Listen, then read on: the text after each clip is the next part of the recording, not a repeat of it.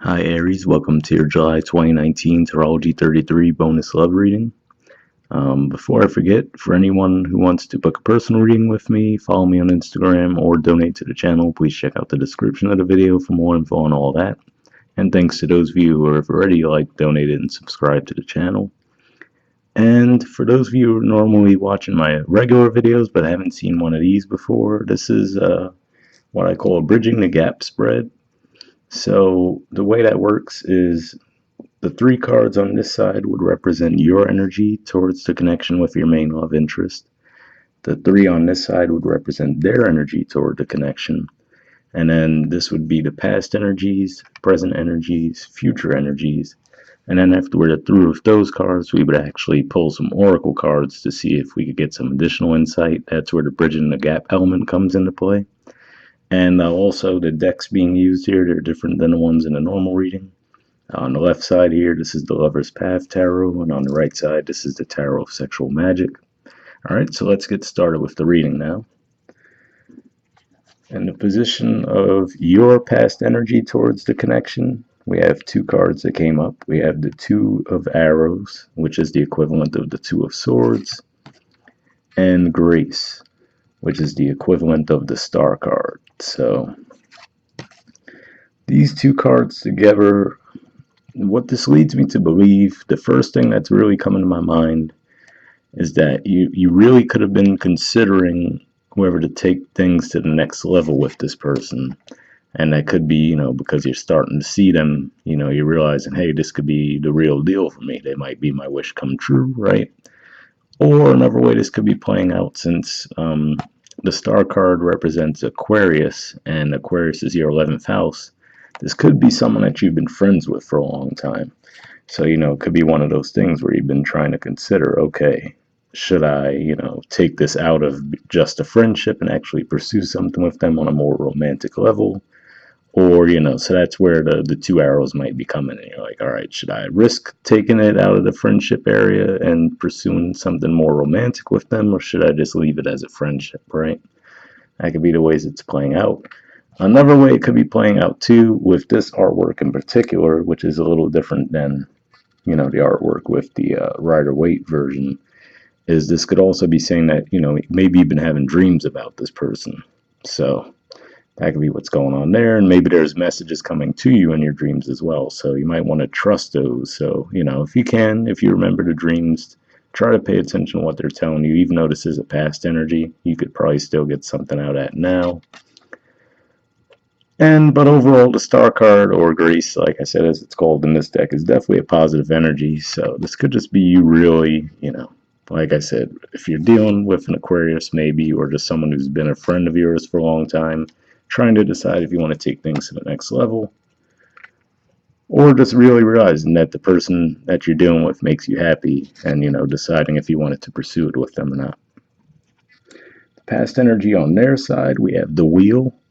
So this is the equivalent of the Wheel of Fortune, and that's a Sagittarius energy. So this could definitely be a Sagittarius you're dealing with.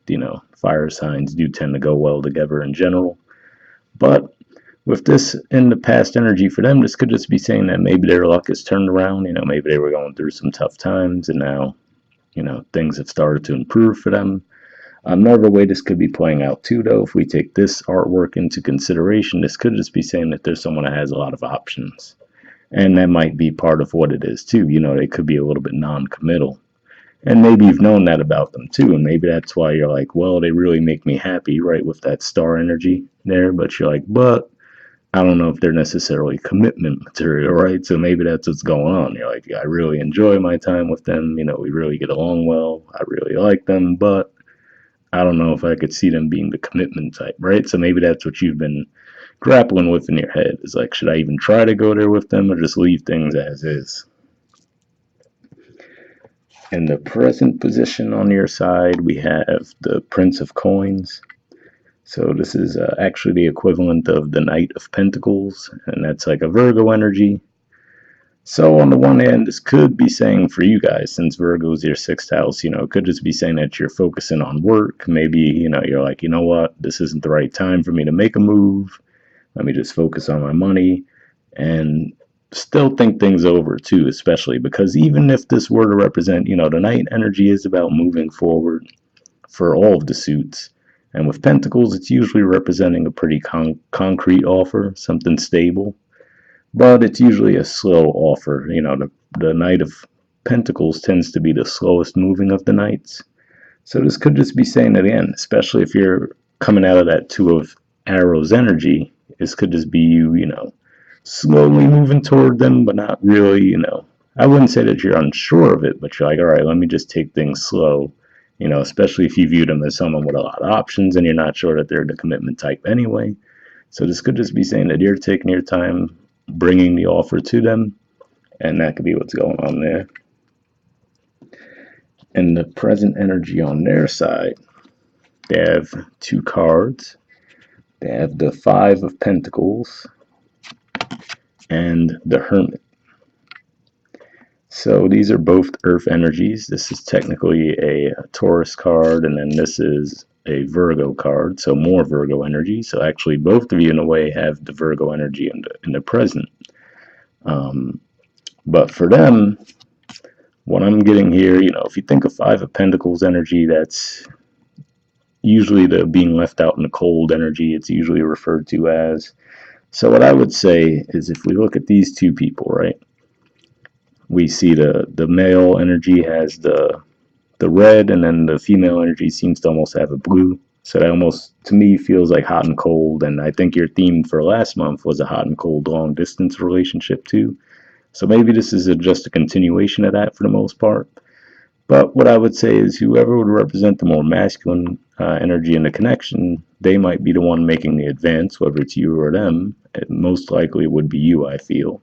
And then they might be a little bit cool on the idea, like not necessarily, they could be resisting it a bit.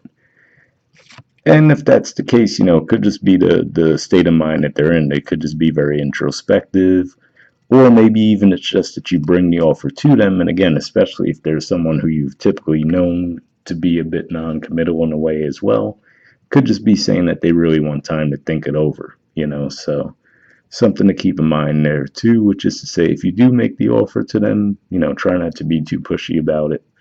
Don't necessarily think that, oh, okay, they didn't get back to me right away, or maybe they seemed a little cool about the idea, right? Like it didn't, they didn't seem nearly as excited as you. To be fair, you coming across as the Knight of Pentacles, you might not come across as that passionate either. So, it could just be one of those things you might have to give it a little time, especially with the retrogrades going on, eclipses. It's going to be a pretty hectic month of July in general. So, might just take until Leo time, especially if they're a Sagittarius too. Leo season just might be better energy for both of you in that regard to really take things to the next level. All right, and then the position of the future energy towards the connection on your end, we have the Four of Staves. So this is the equivalent of the Four of Wands. And, to me, this definitely looks like you seem to be pretty much ready to take things to the next level with this person. You really do want to pursue a commitment with them, I'm feeling. And this is actually an Aries card too. So for those of you, whether your sun, your moon, or your rising is your Aries placement, for those of you who have your Aries placement in the last 10 degrees of Aries, this might resonate for you a little bit more. But yeah, this is definitely is that energy of stability, commitment, celebration. It's like a mixture to me of like that Mars and then Jupiter energy. So very expansive, and lucky as well. So, this definitely seems like you're on that page where you do want to really take things to the next level with them and build with them. And then on the bottom of the deck on your side, we actually have Triumph, which is the equivalent of the World card. So, it represents completions. It's also Saturn energy too, and you guys have Saturn in your 10th house right now. I'm sure I don't have to tell you that. I'm sure you've been feeling it, but yeah. So yeah, that could be what that's about there. And then on their side, though, interestingly enough, we have another Sagittarius card too. So for a lot of you, I'm really picking up the vibe you're dealing with the Sagittarius. But on your side, they have Knight of Wands. On their side, rather, they have the Knight of Wands. So that's the equivalent of the court card for Sagittarius. And this could just represent their energy, you know. They get a bit of a negative connotation, I feel like, with this card sometimes, is like being the in and out type. But it might not be that. It could just be that they're just on the move in general, not that they're, you know, playing with your head or anything and telling you one thing and doing another. It could just be that they're just in a really busy time in their lives. If this is basically a continuation for some of you from that reading from last month, where I was saying there was like that hot and cold energy in a long distance relationship, maybe that's part of it too. Could just be saying, you know, they're going to be moving again, or, you know, maybe their job will take them somewhere that'll make it a bit of a long distance dynamic again. But I will say it does seem like the two of you are on a bit of a different page right now. The way this could be playing out too, though, especially if you're dealing with a Sagittarius, this could just be saying that, you know, in the past things shifted for them, like I said, with that wheel energy. In the present, they might seem a bit cut off, a bit introspective, really keeping to themselves and not communicating possibly all that much either. So then what this could be representing with the Knight of Wands in the future position is saying that they'll be feeling like themselves again in the future, which is a good thing. And then maybe that's what helped the two of you move things forward actually, because like I said, you know, July in general is going to be a pretty hectic month for all signs, but you know, for you guys, like I said, next month you're going to have that Leo energy really taking over. So if they're a Sagittarius, that's, you know, going to be supportive energy for both of your signs. And Jupiter will actually be turning direct again in their sign too. So that might give them that boost if they are feeling a bit more introspective and really focusing on other areas of life. Maybe it's just saying a timing thing primarily. You know, so I don't necessarily see a gloom and doom vibe here. I don't necessarily even see them like being in the player energy or anything like that. It could just be they're just focused on other things right now. And then the bottom of the deck on their side, we actually have the moon card. And I know sometimes people view this as a deceptive energy as well. I don't necessarily see it that way, especially when it's in the upright. To me, it's just more of taking on a bit of an introspective energy. So again, like we were saying with the hermit energy there, and also just relying on their intuition a bit more. I know at least for most of June, Neptune in Pisces was squaring Jupiter in the sign of Sagittarius. So especially if you're dealing with Sagittarius, they really could have been feeling the effects of that for a lot of the month of June. So, you know, it could just be the energy that they've been dealing with. So, you know, I would say I don't see like a slam dunk for you guys that, yeah, oh yeah, you can offer this to them and you're going to end up married. I don't necessarily see that, but I don't necessarily see an issue either. I just feel like more it's just a timing thing, if anything. But we'll see what the Oracle cards add to the messages. So let me grab the first deck. All right, so first thing I'm going to do is look and see if we get any additional messages from this deck here. It's one of the Mystic Moon Oracle decks. And what I'll try to do with this one is see if we get any messages as far as unspoken messages from you to them. Nope, actually got one already. And then we'll see if there's any messages from them toward you. Unspoken messages, that is. So yeah, that one seems to confirm what I was feeling with that star card and two of arrows. So that seems to make sense. But yeah, we'll see. Like I said, if there's anything from them toward you.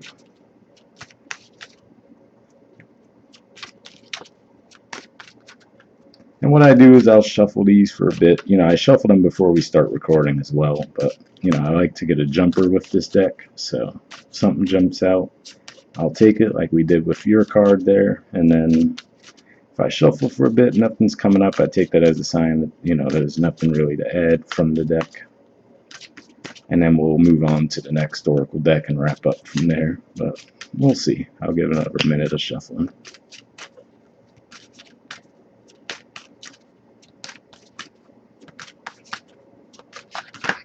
Nope, there we go. Got two there.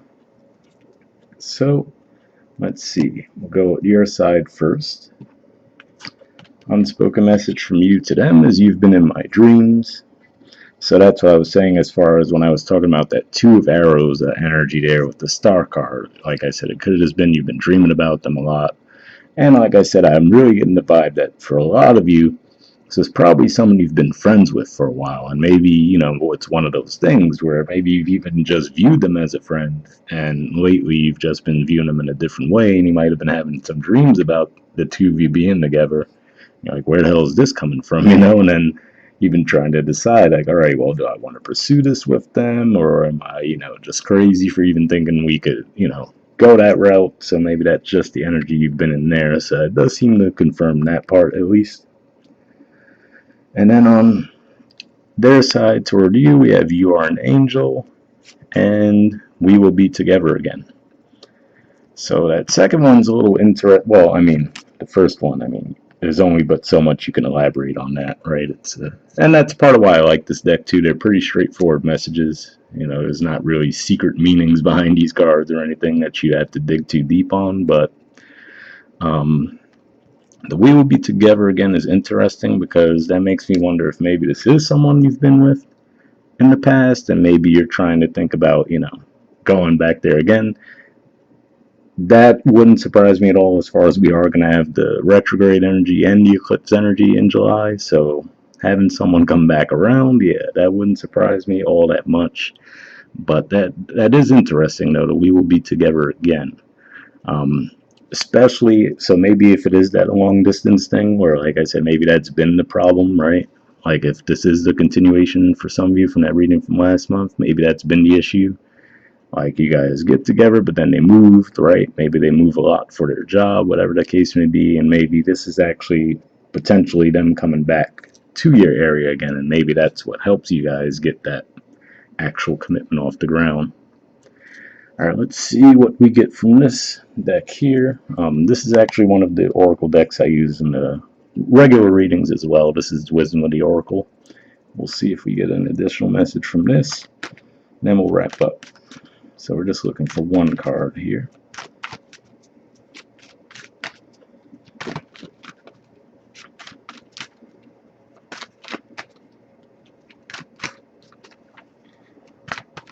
So I will say, those Oracle cards from the first deck did seem to solidify that. Like I said, I don't necessarily think that there's like any deal breaker energy on the table. It just seems like it's more like a timing thing than anything, not actual disinterest on their part or anything. All right. Let's see. Now, this is an interesting card that, at least on the surface, doesn't appear that it aligns with what we've been seeing so far, but let's see. It's chaos and conflict. There we go. There's the artwork for it, and the number is 33, if that has any significance for you. Let's take a look at the messages for that. Maybe I jinxed you guys talking about all the good stuff. I don't know. We'll see. Essential meaning says disarray, being at cross purposes with one another, the tension of opposites, the value of chaos before order. The Oracle's message: opposing forces come together to create a turbulent atmosphere, but consider the value of chaos that serves you well as you become unmoored by it. Scattered to the winds, you leave behind the parts of yourself you no longer need and disperse seeds to reinvent yourself anew. Although the conflict appears to exist externally, its essence is also internal, projected outward and causing disarray. You may find yourself at cross purposes with someone else, facing a storm you feel you can't control. Yet every storm passes and chaos leads to a reordering of things. Conflict provides a way to see more than one side of a situation. Look upon this as just a moment in time when you may need to take shelter and step away from the fray. Don't be too eager to fight. This is a time to understand rather than to be understood. So I definitely don't get conflict energy on either side from you, but what I did find interesting about that is the main vibe that I'm picking up from that is what I was kind of talking about earlier, which is that you just might be at a slightly different pace than them as far as, you might be a bit more ready to make something happen. But like I said, with at least in the present, with that Five of Pentacles they have and Hermit energy, it seems like their mind is just really somewhere else. Like I said, I didn't necessarily pick that up as a deal breaker vibe either. Just really that they're just not focused on romance at all in the present. And like I said, with the moon at the bottom of the deck for them too, could just be, they're dealing with a lot right now. So that could be what it's saying is, don't take, and remember I said to you, if you make the offer to them, don't push it necessarily. Don't think that because they don't jump at the opportunity that they're not interested. It just seems more like their mind is somewhere else. So maybe this is saying try to avoid creating a conflict out of it and just give it time. All right, the relationship message says stubbornness is keeping you in a state of opposition. The incessant need to be right will only serve to prolong the conflict that deep down you want to be resolved. This is an opportune moment to learn about your values, your sense of self, and what's really important to you. Some things are non negotiable. If that's true, it's not necessary to fight. Can you find a way through the stormy emotions to higher ground? Soon the air will clear, and you will be in a much better place than before, for the storm will have passed, blazing a path for new growth in its wake. Things can become electric and enlightened, always better than before, if you use this time constructively. So, another pretty solid message there, too. And like I said, I really just feel like that the majority of what this is for you guys is just, like I said, there's a lot of crazy energies going on in July with the eclipses, Mercury going retrograde, all kinds of stuff. So, I'm really feeling that for most of you, if this is the thing that's going on with you guys, by the time of, August, you should start to see things turning around and improving between the two of you without a doubt. So, like I said, just try not to push it. And, something might seem one way during the retrograde, and then it might turn out to be, totally different after the retrograde clears up. So, hopefully, you guys got something from that. We'll wrap up there, and I'll see you all next month. All right, bye.